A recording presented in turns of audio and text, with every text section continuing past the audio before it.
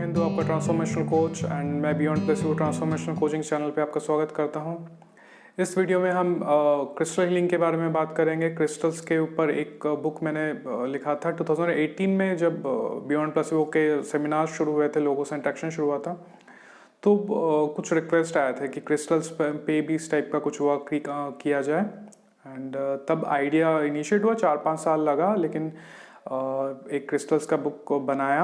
उसको दो पार्ट में लिखा गया था एंड फिर फाइनली एक ही बुक में इंटीग्रेट कर दिया गया, सेलेस्टियल क्रिस्टल्स। एंड ये भी एक स्पेशल मॉडलिटी है। ये क्रिस्टल्स का इंफॉर्मेशन नहीं है, ये क्रिस्टल्स की स्टोरीज नहीं है।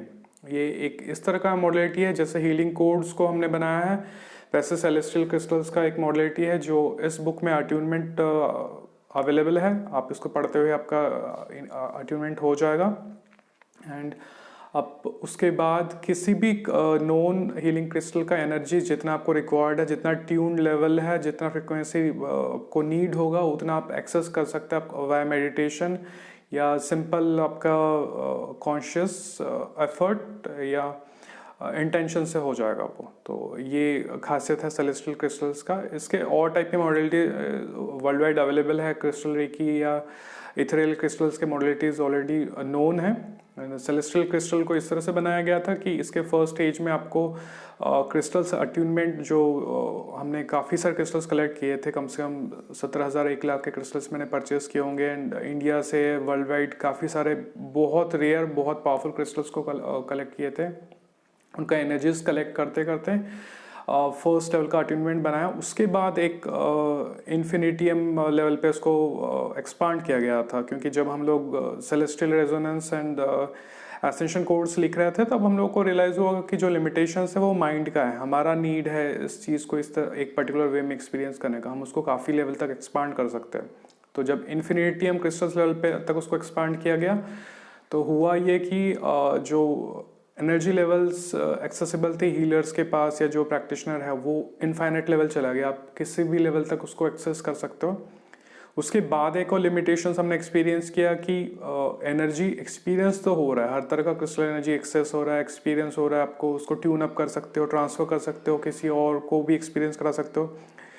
पर इनर लेवल में करेक्शंस क्या हो रहा है, हीलिंग क्या हो रहा है। एस्ट्रोलॉजिकल जेमस्टोन आपने एक्टिव तो कर लिया आपके लिए एनर्जी, लेकिन आपको क्या बेनिफिट हो रहा है, बिहेवियर में, लाइफ में क्या चेंजेस हो रहा है।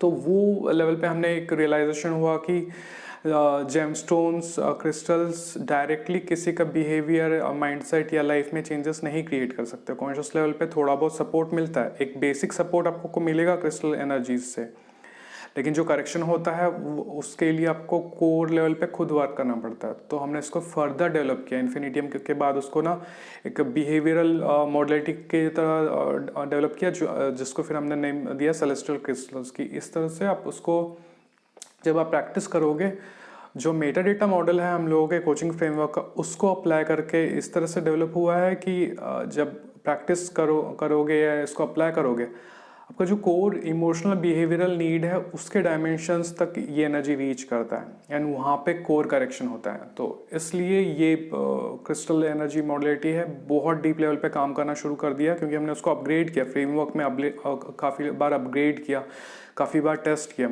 तो सिर्फ ये एनर्जी वर्क नहीं है या क्रिस्टल वर्क नहीं है, इसमें काफ़ी सारा कोचिंग फ्रेमवर्क अप्लाई करके सेलेस्टियल क्रिस्टल्स डेवलप हुआ है।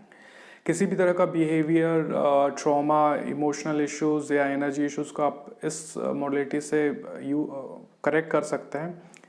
जेमस्टोन्स का एनर्जी, क्योंकि इन्फिनिटियम क्रिस्टल्स के अट्यूनमेंट में अवेलेबल है, तो जेमस्टोन्स का एनर्जी एक्टिवेट करके आप एस्ट्रोलॉजिकल करेक्शंस कर सकते हैं, डार्क एनर्जीज, नेगेटिव एनर्जीज को बैलेंस, करेक्ट एंड अलाइन कर सकते हैं।